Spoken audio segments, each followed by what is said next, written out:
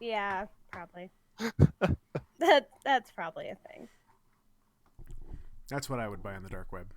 Anyways, hi, ladies and gentlemen. Welcome to an anime story. What I would buy on the dark web podcast. Anyways, hi, ladies and gentlemen. Welcome. I'm the Big Bad Moon. Right over here on the right is Bad Strategy, and just below me is Hal in 3D. We are your hosts for today, and of any time you stop by this podcast, because we're the hosts. Today we're going to be talking about Fooley, Cooley, FLCL, as you might find it on the interwebs. Hi, Helen. How are you doing today? I'm doing good. I'm sore from my dance performance we did last night, but otherwise very good. Nice. I heard you were fighting somebody during your dance performance. Yes, we did like a stormtrooper-esque fight. That I don't know what that would look like, if I'm being entirely honest. We weren't dressed like stormtroopers, but it was like the dun dun dun dun dun dun. Oh, that's awesome. We did like a dance battle, but it was about social media and how it's taken over the world. Just like an allegory. Yeah. I like it. I would like you to know that I imagine the Walk the Moon music video when I think of what you probably did. That's fair. That's probably pretty on point. Bad Strategy, how are you doing today? Oh my gosh, I'm here. It's exciting. I broke Linux, but I still made it. Broke Linux, yep. Yay! Look, if they didn't want me to break it, they shouldn't have told me the sudo command. It's true. Those crazy Linux users. Well, so, today we're going to be talking about an anime. It's a very short season, not the films, because I understand there are a couple of films about it, or that are sequels. I don't know if they're films. There are two other seasons which don't follow the same protagonist. There might be films, and then there's an OVA version of the original series, of the original like first season that I'm not sure if it's a separate thing or the same thing. Also, it's Fooley, Cooley. Cooley. Just so we have the context. But yes, there may be some other material for it somewhere that I don't know what it is. It's a movie or it's a TV show or something like that. But we're just kind of talking about the original Fooley, Cooley television show, not the manga. Obviously, this is not a manga podcast. Sadly. But Fooley, Cooley. Helen, what are your thoughts? I understood it a lot better than when I watched it when I was like 19. Yeah, that's totally fair. It's when I was 19, I was like, I don't know what happened, but the music's awesome and I like the anime style. No, yeah. A lot of different styles happening in Fooley, Cooley. A lot hitting you at once. It's hard to more so like with the dub. I feel like that helped me understand it better. I think if I would have read it under a sub when I was 19, I would not. I would have like wait, go back. What happened? So here's a question. When you say you like the style, they try a lot of things in Fooley, Cooley. This is a and I don't know if we used this phrase last time. What was it? What did we talk about? Experimental. Last time? Experimental. Yeah. Paprika. Paprika. Yes, which was lovely. But and definitely, Perfect Blue. If you watch Fooley, Cooley, I think you would be relatively dishonest to not acknowledge that it is a little bit experimental at sometimes. I liked in the I think it's in the last episode where they do the comic segment again, and then they're like, they told us never to do that again. Yeah. Like, yeah, I'm just like, yeah, of course they told you not to do it again. Yeah, that was. I like how the dad was kind of like the writer too, like the writer for the show. It was very. There were some weird things like that in there. But okay, so but Fooley, Cooley, what's Fooley, Cooley? What is Fooley, Cooley about? That's the question, isn't it? So okay, so if I'm gonna give like a brief and I'm not saying this is what it means. Right. But they're very different. But what it's about, there's a kid. It's about a young kid. What is he, like 13, 12, or something like that? Younger than that? Something like that. Something I'm along not that. sure. He's pretty young, and so he may be preteen.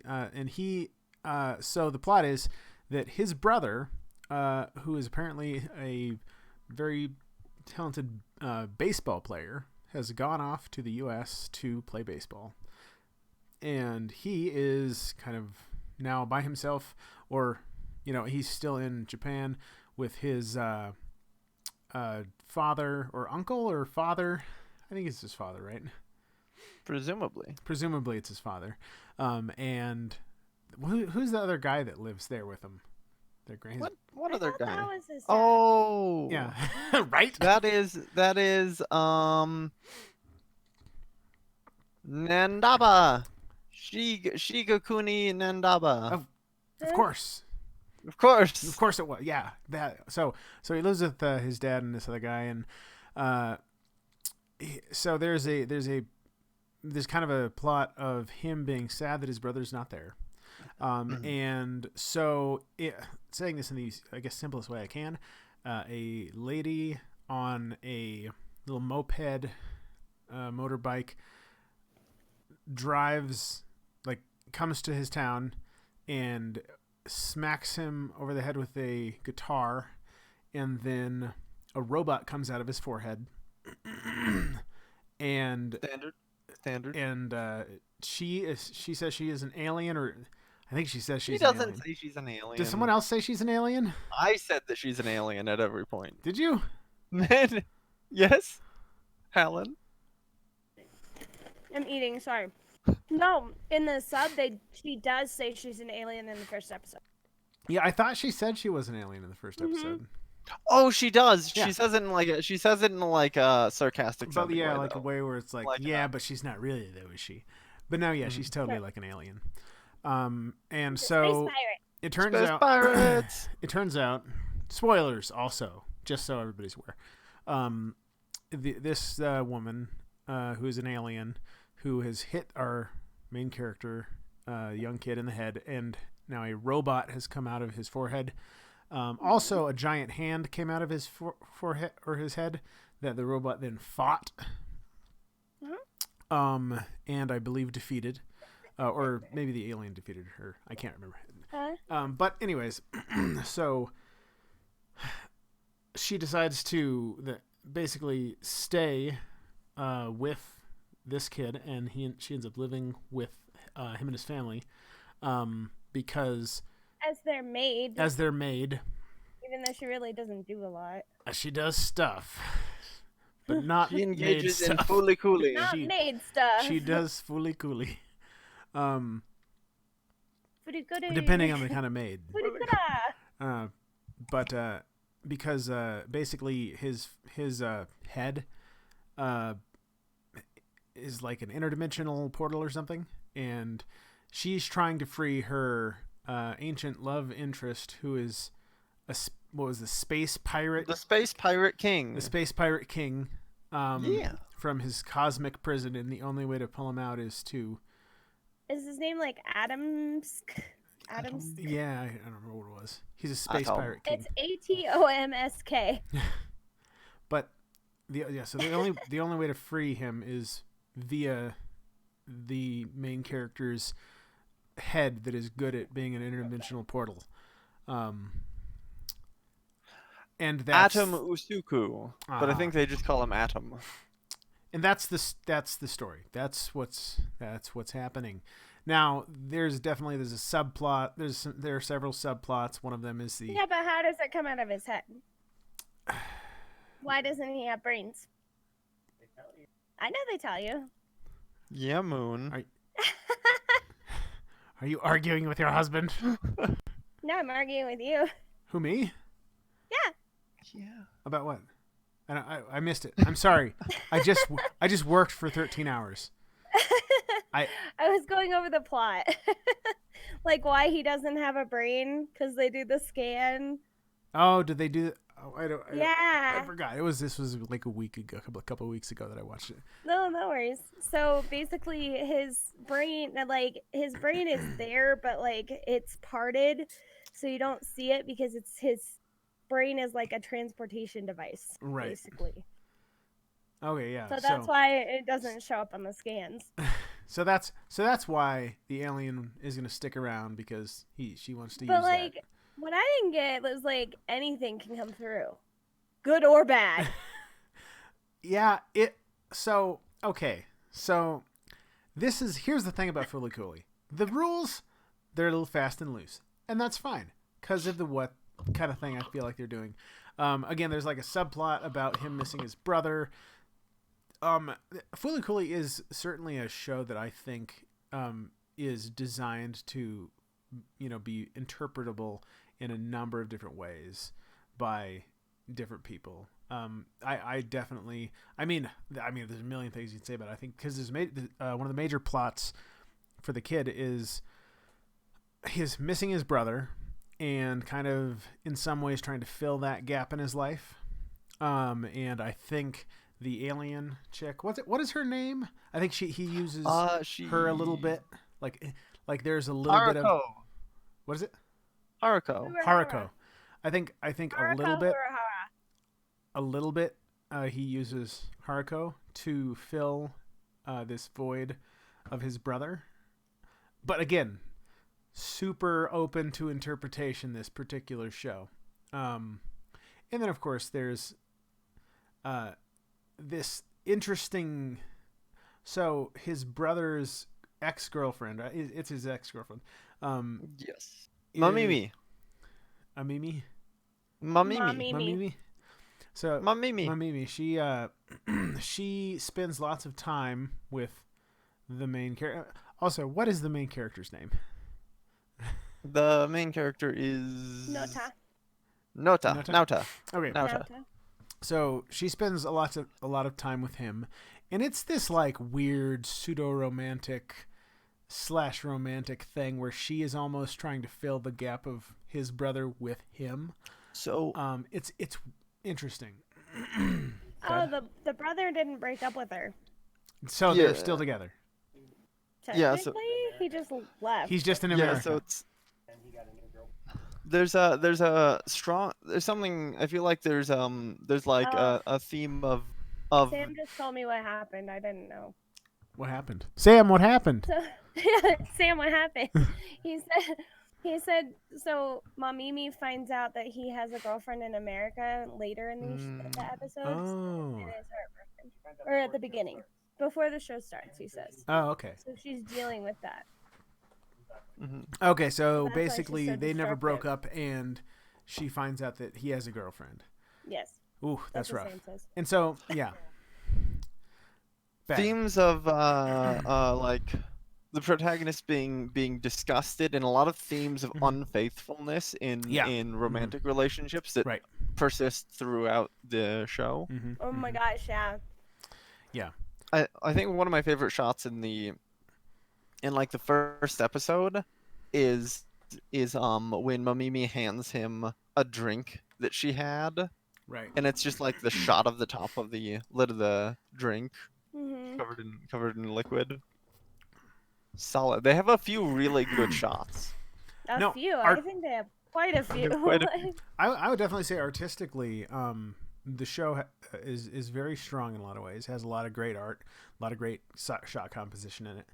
A lot of weird, and again, this is where it comes into the kind of the experimental stuff they do. Like you were saying, there's a bit I think in the first episode where they switch to the manga panels and they jump around and they have an episode. That was fun. Well, it lasted too long. I was like, lasted a long time. This is kind of going, and I was like, it's getting less fun. Well, so okay, so this is a thing that as soon as it happens, and this happens in some anime, and in some animated things in general, and usually what that is, or usually what that feels like is, oh crap, they didn't have the budget, had to do this, or you'll see a lot of just still images in an anime or just an animated thing, where people are talking, there's just a still image. It's like, oh, they didn't have the budget to animate this, so they had to draw some just flat images so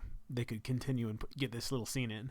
But Right. the Fooley Cooley thing, it like jumps around the manga page, and it's very interesting. So they do that. They change the artist a few times, not permanently, but just like for like a couple scenes, or I Sam think in said an that episode. was one of the first times they used that the manga style back then. Really, when was Fooley Cooley? When did that happen?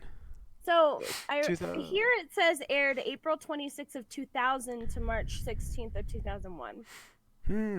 Interesting. The genres really crack me up though, because under genres, it's action, sci-fi, comedy, parody, dementia, psychological, and mecha. Dementia? That's not a genre. Dementia. Dementia's not a genre. I was like, wait, what? Oh dear. Well, that's fair. I like died when I read that. I was like, huh? That's funny. Yeah. Anyway, That's yeah, it aired in 2000 to 2001. 2000 to 2001. That is pretty early. Yeah. Well, interesting. Right? Kind of makes it like, is it a choice? Was it a choice? Was it budget? I don't know. When did I don't know. I'm sure there are always corners when you're doing like a big expensive thing like animating a television show, where you got to cut the corner here and cut the corner there just because so might have a linger on shots for a long time or have a still frame here and there. I'm sure that's been going on since the 70s. Actually, that's probably been going on since the advent of animation. Probably. But the manga panel thing, that's interesting. I don't know. I wonder when the very first instance of that was. I definitely wouldn't put it past Fooley Cooley because they do some interesting stuff. But okay. Bad. There's a robot, and the robot comes out of his head, and they beat it up, and then it works for them, and is kind of. So. And everyone is very disappointed with the robot, except for Mamimi, who loves the robot. And there's some kind of connection going on between the robot and the protagonist's brother. Like the robot is supposed to be like representative of the protagonist's like idea of what a person should be that's inspired by their brother or something. Yeah, there's a okay. So this is the also the robot's broken and is looking for the broken pieces of itself to put itself back together. Exactly. Yeah. There's a lot of that. I feel like in this show. Yeah, there's a lot of like, is the robot the idealization of his brother, the idealized form of his brother? Or is this character this? Is it what's happening here? There's a lot of that. I feel like this is a show. I would dare say that is pretty much the entire show is being like the point of the show. Wait, if the robot is the idealization of his brother and his thoughts on what kind of a person he should be, and he's at conflict with this, then what does that say about the relationship with this other character? Well, okay, so this is a thing. I feel like a lot of, so I've seen you see a lot of shows, and you might see something where they put in a big metaphor, or they have kind of created a large allegory for something or this and that. I feel like this show is built around, hey, here is a big metaphor, right? Here's several different metaphors, and how do we turn this into a plot? How do we turn it into a TV show? And yeah, it does. That's kind of how I feel like the whole show works. Not that I'm saying that that's bad. I think because it's like you could pick out. I mean, we could pick out any number of things that happen, like the nature of the moments that the interdimensional thing with his forehead starts happening, or the nature of what comes out, or the nature of the different like you were saying with the themes of people being unfaithful. This is like, now there's so many of these things. Is the thing with his unfaithful. There's the entire thing with his idealized brother, and with his idea of himself. There's the the relationships that he has with the characters. Like a million things you could sit down and talk about. Like his father was dehydrated and put in the cupboard, Mummified. But I feel like I feel like there's a big strength because I feel like that's the point, right? Yeah, that's I thought it was weird because the dad's like, "Yeah, I died," in the subtitles. Yeah. So like he gets brought back to life. Right. I mean, if you look at the animation, it looks like he's been like dehydrated or mummified. Right. And that's how he gets brought back, is he gets rehydrated. Yeah, which is weird. And then there's the idea that this character that is the alien, that is, maybe has some kind of connection with, this lost relationship of his brother, is also creating like a robot version of his father to take his father's place. There's also like there's I feel like one of the intentions just from the creators is to just make people think about what the hell it means. And it literally might not mean anything. There's also a shared relationship between Haruko and the protagonist, and that they're both like, Haruko's chasing after the like person that she lost, and then the protagonist lost their brother. There are a lot of shared themes between characters, which is usually a really good way to do messaging. Mm-hmm. To be like, let's express the same idea over several different characters in several different scenarios. Right. Well, and this is one of the things that I think is also one of the strengths of the show, is that the like parallel messaging in different places that is entirely up to interpretation. Like you could come out. I could see 100 different people watching that show and coming out with 100 different things that they think about the show. Like I feel like it's really, really open to interpretation. I think it's very, very open to interpretation. I'm always hesitant to with the idea that things are entirely open to interpretation. Well, that's because I feel like there's definitely a point at which it's like, well, yes, but some interpretations are wrong. No, that's fair. But I think the way the characters are constructed, that like the alien, like Haruko. What the hell? What is she? Like, what is she in the framework of the show? We could probably right now come up with like 7 or 8 different things that she could be. Mm-hmm. Like, mm-hmm. in her connection with protagonist, the protagonist, antagonist, all of it. What is her connection with the protagonist? And what is the protagonist? This thing coming out of his head. What does that mean? Like, with respect to like the alien's trying to like there are so many things that I feel like are so open to interpretation in the show. Like, again, a simple one is what is the alien with respect to the protagonist, and because everything else in the show, there are a bunch of interpretations for, and the relationships between these things have kind of, because they each one of those things is open to interpretation. Like, if you're thinking that the alien is kind of a replacement, or, well, let's say the alien is kind of somebody the protagonist is trying to fill a relationship void in their life with, that's going to change that's going to change the nature of her relationship with the main character based on how you interpret that character. And then again, like with any of the characters, like, what does the robot mean? Is the robot an idealized version of, like, his idealized version of his brother, or is the robot him?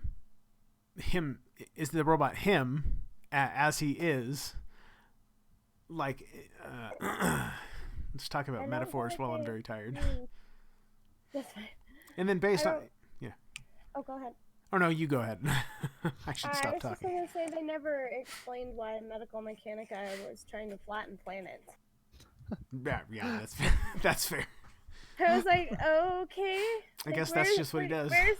Wait, why?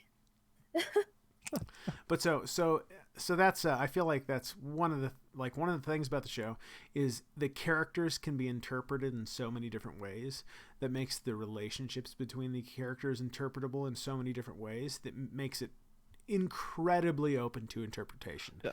It's a feeling that I had was that they needed a little bit more development of the main story, because it felt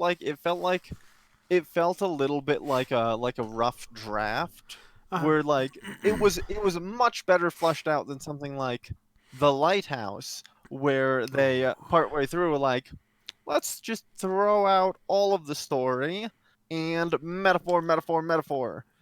So there's a coherent narrative in Fooley Cooley. It's not as coherent though as like Paprika, and Paprika has a moment or two when I'm like, I guess I'll buy into this. Like I'm a little bit on the fence. So I think they needed, if they wanted to, I think ideally they needed to make the primary narrative more coherent. I love all the metaphors and all the weird significance and stuff in it. I love Mamimi. She's a wonderful, horrible, like toxic relationship that protagonist should stay away from. Totally. And I love great. that. I love great character into it. That was really that was a really great relationship. Yeah. No, so this is well, you know what? Helen, thoughts? Always. What does Mamimi's cigarette say? Oh, I don't know. That's a good question. I read it in the beginning and I forgot what it said. I can't remember. I think I looked it up. I'm looking it up right now because I thought that was like really interesting.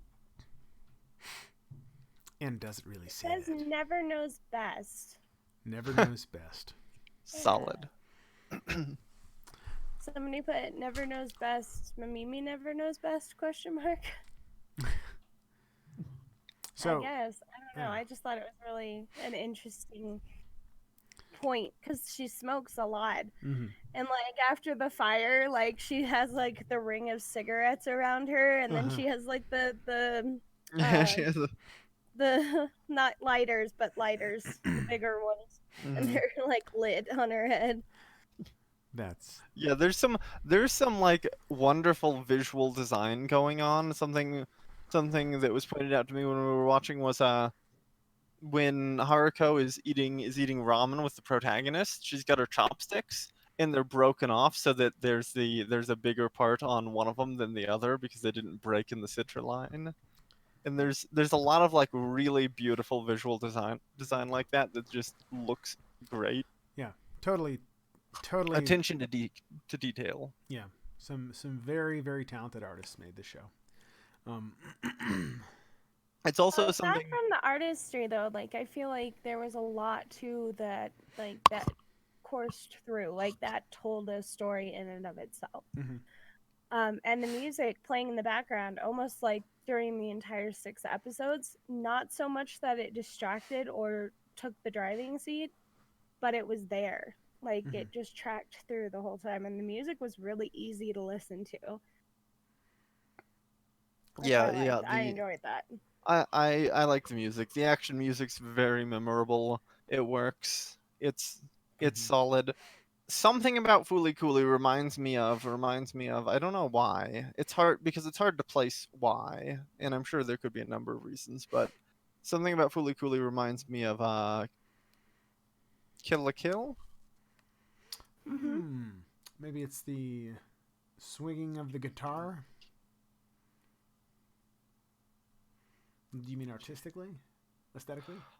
Like the feel of the show with the, I don't know. There's something going on that like it can be a little over the top in a way that is vaguely reminiscent of. And there's some like some of the comedic style of it reminds me of Kill la Kill.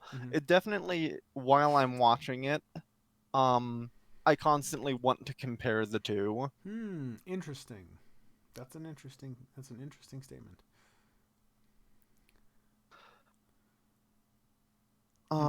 There's also Eri Ninamori. Ninamori also is a character with that like theme of unfaithfulness, but it's her parents that are dealing with it.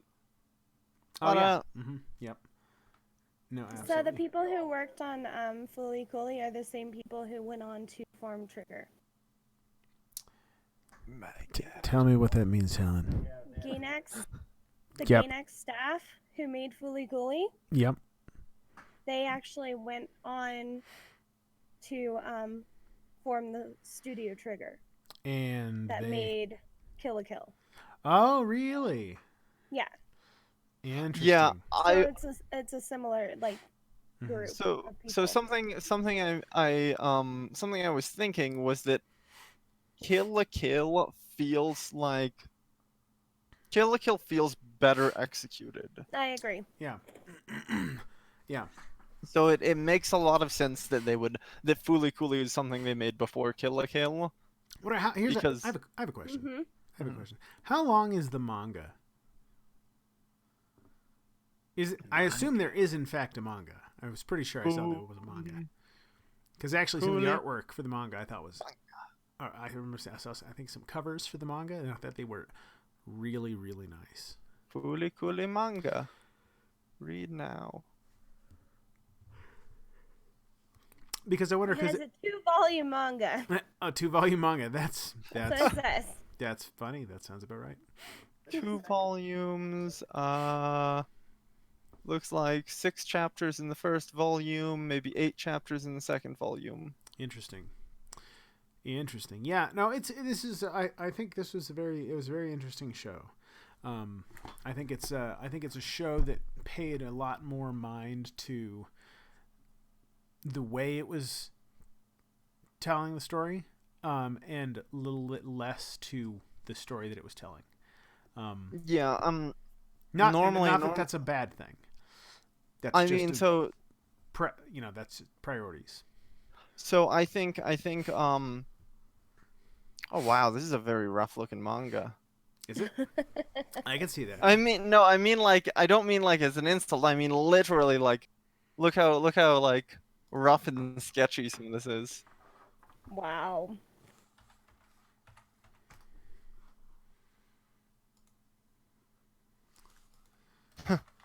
So that's pretty rough.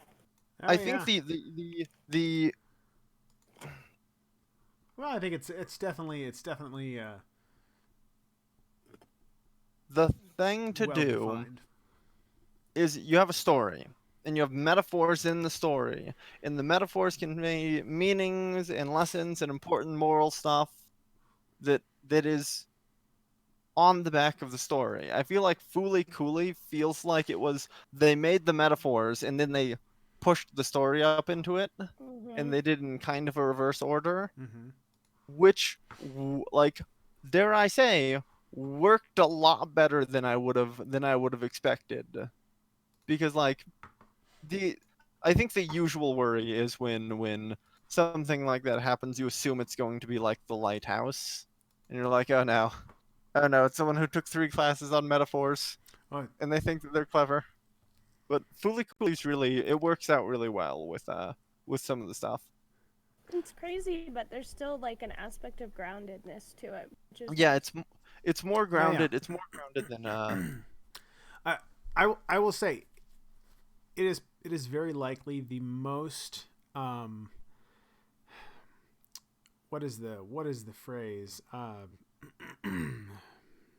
don't necessarily. I don't want to say metaphor, but figuratively grounded story, where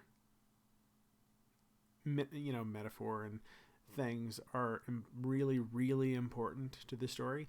It is probably the most heavily like metaphored story that I know that feels the most grounded, that is the most coherent, because it's got it's a simple, I mean, if not relatively strange story. It's got a relatively simple story that you know what's going on the whole time, and at the end it concludes. And it's very weird. So it is definitely that. So here's a question. So Fooley Cooley, yeah, we've established it's weird. It's very interpretable. Who would you show this to? Who would you pitch this show to? Somebody who's been watching anime for a while. Right. It's true. As a first anime, I would not at all. Oh hell no! No. What the? If you want somebody to not watch anime, then you may want to pitch them Fooley Cooley first. I would pitch it to someone who is interested in writing and storytelling, because I think it's got a lot of stuff to digest in that area. It's got a lot of it also, like, if they happen to like art on the side or to do some art on the side, I might also pitch it to them because of that, because it does have some really good art. Admittedly, I think Fooley Cooley has the best and worst art. Yeah. Like okay, I'll be honest, I was real turned off by the what moment was it? The South Park parody. Yeah, the South Park. That was awful. Yeah, no, totally. So this is interesting because as an artist myself, you can see this definitely in the manga. You say the manga's like, it's kind of what you said, it was rough. It's kind of simplistic, but it's actually, if you look at it, if you've done very much art, then you probably look at it and you can see that it is very, very intentional. Like the artist has very intentionally drawn this in a very specific way, and you can see they are probably a very, very good artist. I mean, it's the kind of art that somebody who doesn't know very much about art or hasn't looked at a lot of art might say looks like unrealistic, or looks a little bit like cartoony or rough. I'm looking through it now, and the impression that I'm getting is that it's a very, very consistent art. Yeah. Which bad art usually isn't consistent. Bad art, That's usually one of the defining elements of bad art, is that it is inconsistent. Absolutely. If you want to see, as a side note, a great example of an artist who made a comic book that, if you look at the first page and you look at the last page, you can tell it was like their first experience drawing. Go pick up the book Mouse Guard. The first one, which is... Noah. It's also, yeah. It's fall. Did you put him up to this? No. That said, if you wanna see something that's someone's first experience writing as well, then pick up the Mouse Card book. Oh my goodness, you guys are fun. Oh my god, the protagonist is hiding who he truly is. I found a scene in the manga. I think that this scene is not in the anime. Right, if you're confused and you want more information, go through the manga, I guess. Yeah, that's fair. As per protocol. As per protocol. So this I'm It's not a bad drawing. Oh my god. This is not a bad drawing.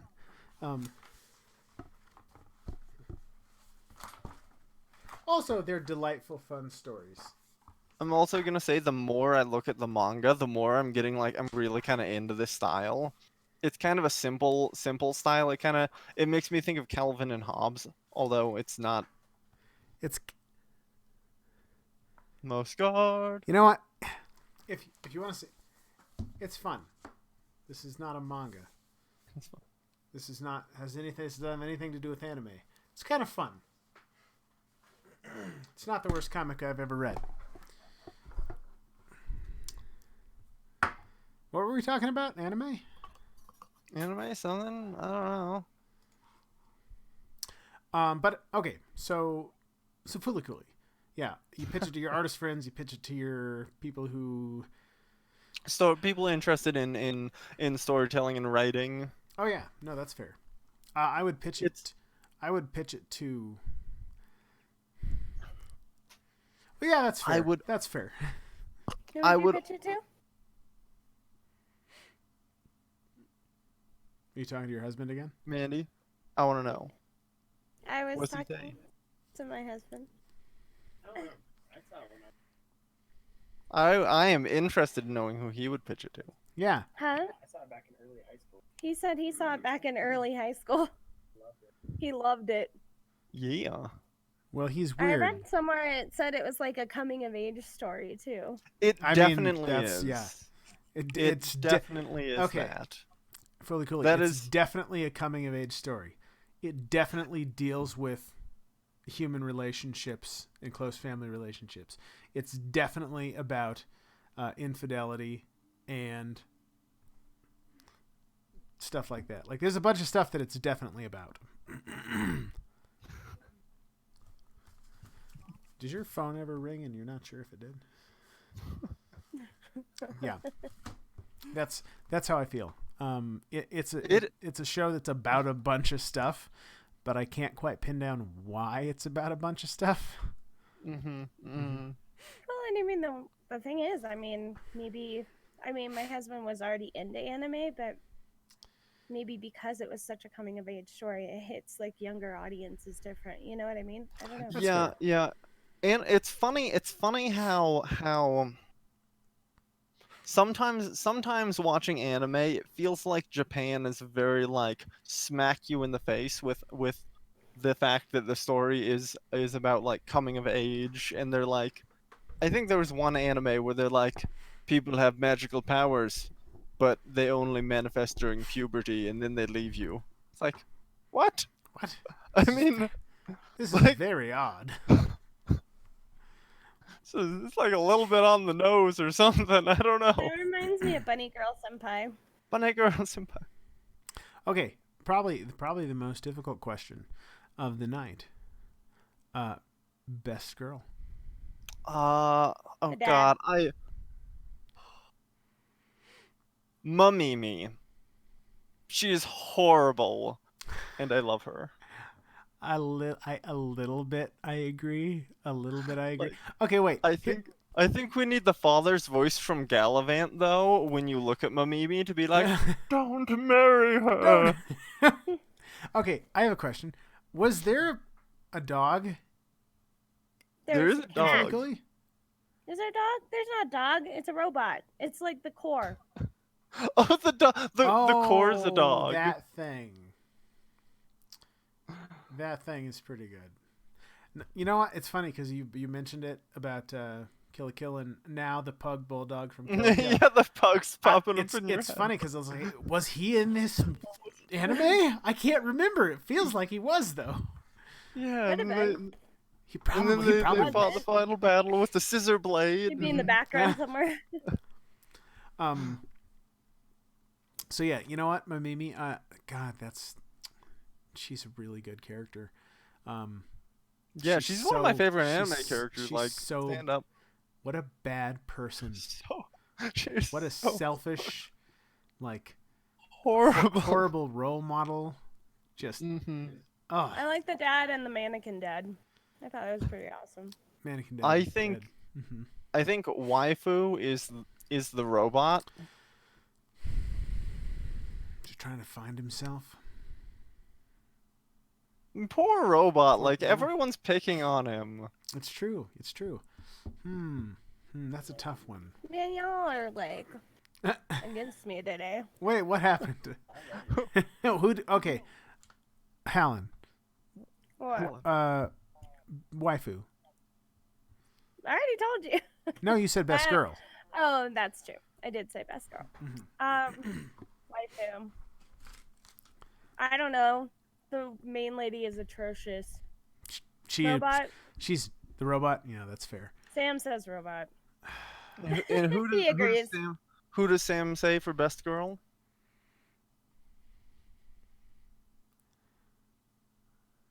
He said he's torn now because he's listening to you guys on the podcast. He goes, "Okay, fine, but Mimi, you're the dad." Yeah, So you won him over. What a weird father. What a very strange father. You know, God, I'm trying to think of someone else, but actually, you know what? The robot, it's pretty good. I would also not pitch this as it's a story. I would pitch this as it's a thing. You know how people like to be pretentious and be like, it's an experience. This actually is an experience. It is an experience. But it has a consistent and cohesive narrative. Yeah. Yeah, no, totally. I would probably pitch this. It's funny because I feel like this has been the theme for the last like three, 4 shows where I've been like, I'd pitch it to my friend Sam at work. He's like an artist. He'd like it. If we want to keep up with experimental stuff, we could do Serial Experiments Lane for the next thing. Oh dear. Oh dear. Yes. Oh dear. I'd be excited to watch it again and see what it's like. My husband has been trying to get me to watch that freaking series. I can't even tell you how long. We could He's owned it on DVD. Oh, do you? How long is it? How long is it, love?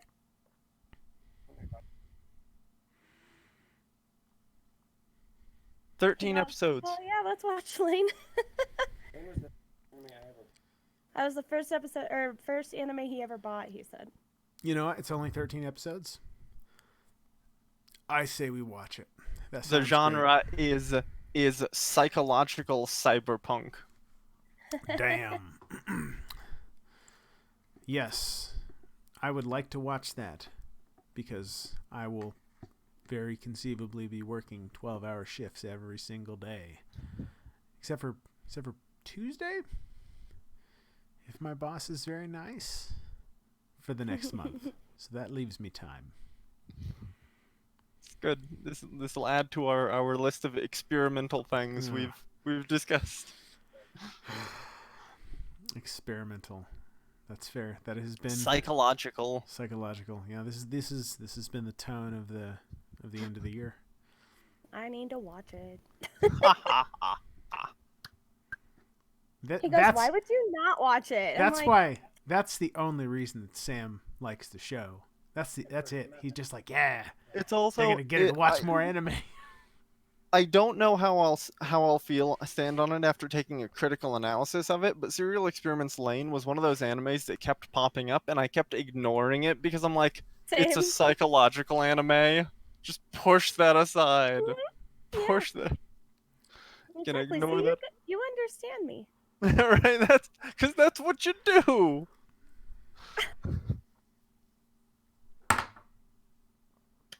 Right. It's good stuff. It's good stuff. Sorry, I'm a little bit low energy. Not that I'm ever dancing around the room. It's a busy time at work. It's the holiday season. We could also follow up the theme of pirates with One Piece. Oh dear God. No. That's there okay. are so many episodes of One Piece. We're never going to watch One Piece. You cannot just review a single season of One Piece. That's just not a thing you can do. So you could. No.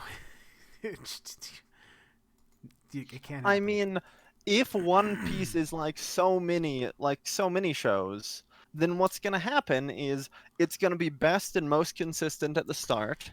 And then the characters are going to slowly transform into caricatures of themselves, and it's going to become more and more like stagnant and uninteresting as it goes on. So we review the early part and we talk about what the characters initially were and what they were meant to be. And then later on in the life of the show, one of the characters is going to get a spin-off, and they're going to call it Joey, and it's going to last like a season. No one's going to watch it. Yeah. Yeah. Maybe we should watch this one called Sazai-san. It holds the Guinness World Record for the longest running animation series at more than 7,071 episodes. Why would you suggest that? Why? What is wrong with you? gonna need to change the settings on my video speed modifier so that it goes up by like 50% a click. We can watch both of these shows as soon as one of you discovers the time chamber from Dragon Ball Z. That's fair. Oh, you're gonna be so sorry. No, I'm not, because they don't have a time chamber. Wins all around. We could do the podcast every day, twice a day. Even if it's a good show, I can't help but think that binge watching that many episodes, you would come to hate it. No, yeah, that's I think inevitably that's probably one of the major limitations of like this format of watching a show, you know, or watching a couple. Because again, like you can't watch. I mean, I guess you could like if you're you could watch 4 seasons of a show, you know, a season a week. That's a lot of anime, guys. Something else is I have a job.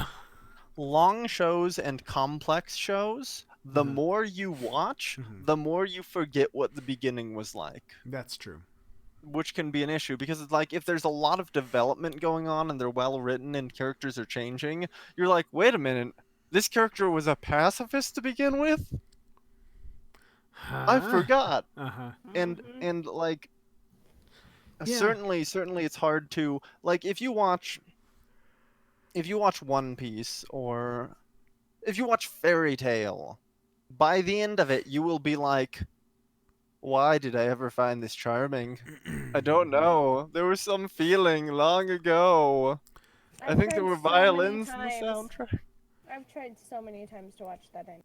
You know, it has violins in the intro music. Violins! I love violins. So does my husband. You know, it's really interesting because this brings up a really interesting point that the longer a story goes on, the more inevitably it has to change, and the more it's going to change. Because like if it's being written well, if it's not being written well, all the characters are going to stay exactly the same, you know, for as long as the story goes, and that's not going to be interesting. Okay, Bad. What do you want to say? Something that very commonly happens. This is what happens to better written shows that suffer this fate. All the protagonists develop and change, and then the writer runs out of ideas.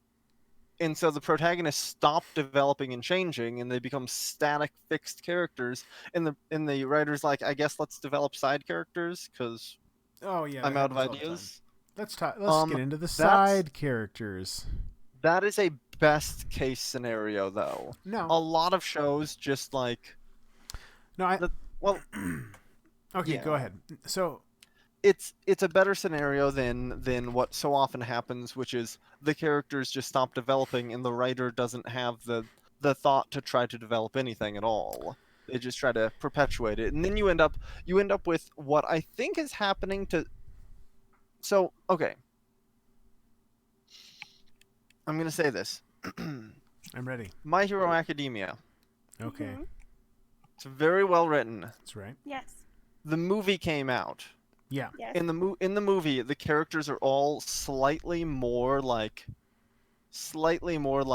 caricature-y and a little bit more pronounced in their traits than they are in the television series. A fear that I have is that the television series of My Hero Academia is going to move more towards the characters being like caricatures of themselves, and it's gonna get this like more kid-friendly feel to it that happens when they stop treating it like when people stop treating it what they're creating as a serious story. That is fair, and I have not seen the new season yet. I am.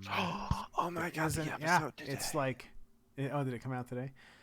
Yeah. So I haven't seen the new one today, but I've been highly enjoying it. Have you? Yeah. I'm gonna wait. This season seems a lot stronger. How long until the season's over? How long till the season's over? Yeah. I don't know. Actually, I think I looked at the episode air dates, and I think there's a gap between this episode and the next one. And I think it's got a 2-part story. Interesting. And I think there's a gap that, or I'm entirely wrong, which is also possible. Because I was kind of waiting for it to be over so that I could binge watch it with Kimberly? I think it maybe what maybe like February it'll be finished. Maybe. They did a break too, like a 2 break Oh, did over they? Halloween. Interesting. Episode air dates. So one of the things I wanted to say real quick, and also we just we have 5 minutes left. About long running stories, is they can devolve into this thing where they start being like, oh, they start spending lots of time on the side characters because they feel like they've explored the main characters too much, or the characters don't change. I think kind of the best scenario, or one of the better scenarios rather for that, because of the nature of like super long form stories like television shows and big long book series and things like that. Well, book series are a little bit different, but like a television I have show, something to say about book series when we get back to it. okay. But by the nature of them changing, or by the nature of them like characters develop, like if you're a great example of this, it's not an anime, I think is Buffy the Vampire Slayer, if you watched it.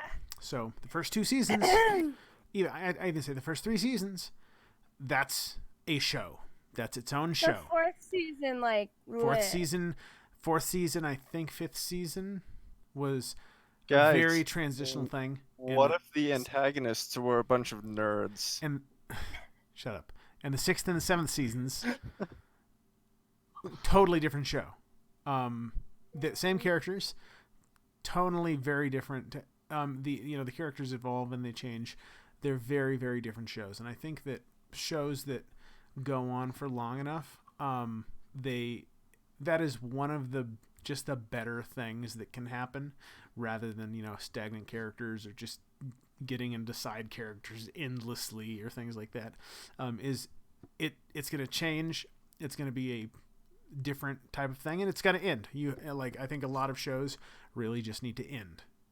It's also so. Wheel of Time. I'm going through Wheel of Time right now, and I'm on the 8th book in the Wheel of Time series. Mm-hmm.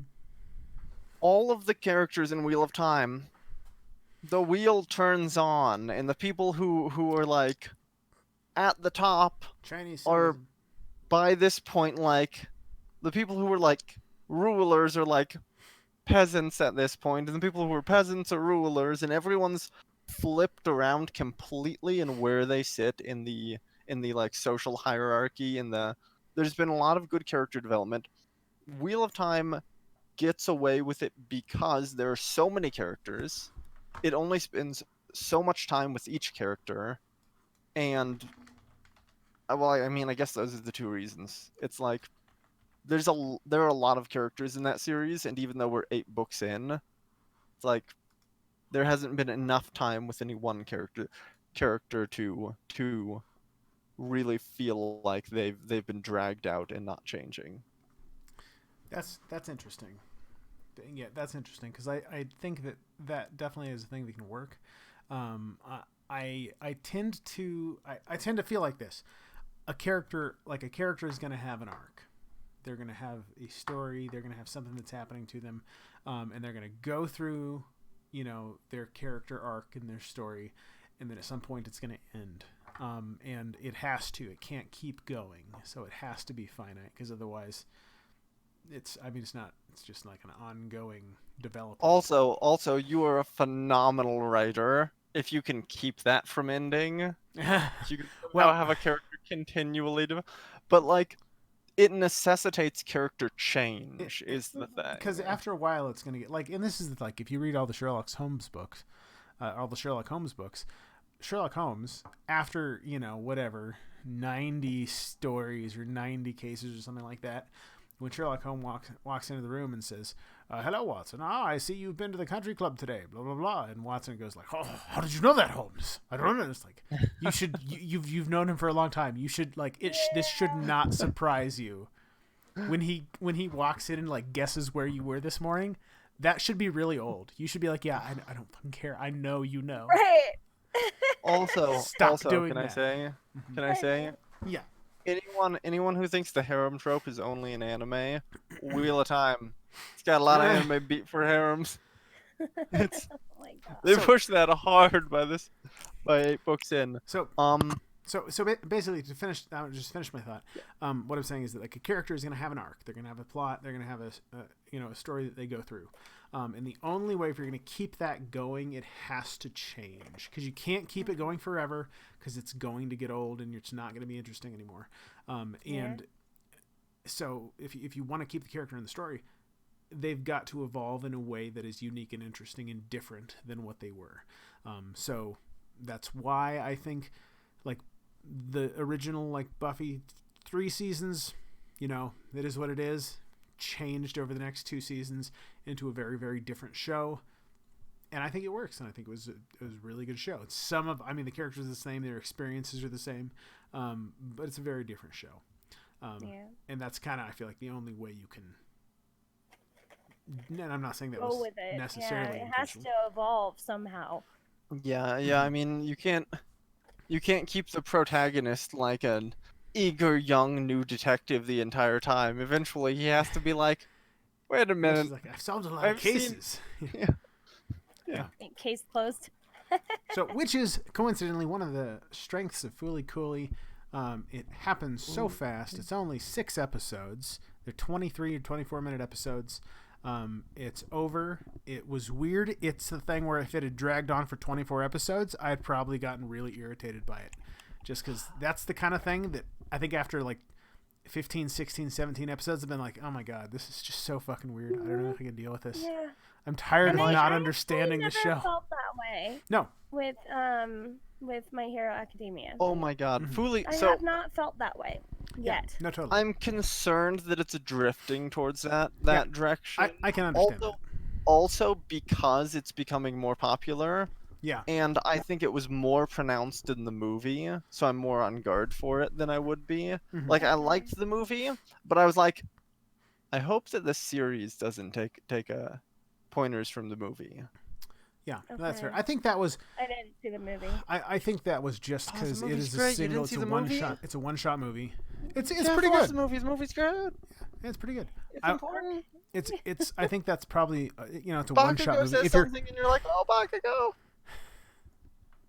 So. Bakugo. Shut up. No. So. I think the movie I think is really good. I think that the reason they did stuff like that in the movie was just because like if you're watching the TV show, you probably have watched all of the TV show or most of the TV show, so they can have more subtle character development. Where if you were watching the movie, you might just be watching the movie, so they want to get the character idea across a little more on the nose than it would have been otherwise. Yeah. So yeah. I totally know what you mean. I totally see what you mean. I don't think that's an issue. Yeah. I think they're pretty cognizant of what's going on there. The last it's a 2-parter. The last episode of the current season airs January 4th. Ooh. Wait, so one aired today. The next one doesn't air till January 4th? No, the final one airs January 4th. Oh, the final. Okay, sorry. Cool. Well, so at least it's coming pretty quick. And then we can talk about My Hero again. My Hero, oh my gosh! And Bakugo can be best girl. We're over. We're 3 minutes over. Final thoughts. Watch it. It's weird. It's quirky. It's kind of fun. It's something you should watch just so that you can be like, wow, that was something. Yep. Yeah. Huh. Hallen, thoughts? Agreed. I say watch Summed it, up. but go into it knowing like visually it's weird, amazing, but weird, mm-hmm. and mm-hmm. You probably won't understand it the first go around. Yeah. I wish it wrapped itself up better. That is my biggest gripe. Is that it's like I was the second episode in. I was like, I'm gonna be really sad if by the end of this I'm not like I completely understand it, or mostly. The iron didn't go away. I think part of that's the point, though, is that I think that if at the end of the show, people were like, "Oh yeah, no, I totally understand it," probably the creators would be like, "Dang." Well, I mean, like, a little bit more ambiguity. Someone who wants to think about it as much as me. Yeah. If you really delve in, you should be like, I think I get most of it. Ambiguity is the point. There's a lot of ambiguity. But that's delightful. It was. What did you think? Verisimilitude. Verisimilitude. No. Or juxtapositions. What are even words? I don't know. I had to get it in. It's good stuff. Tradition. All right, guys. Thanks for coming and watching and listening to us talk about Fooley Cooley and other stuff that was not Fooley Cooley. Have a lovely weekend. Oh, wait, hold on real quick before we go. What's the show we're watching for the coming Paul? Serial Experiments Lane. Serial Experiments Lane. That's going to be awesome. All right. Thanks, everybody. Bye-bye. Bye-bye. Bye.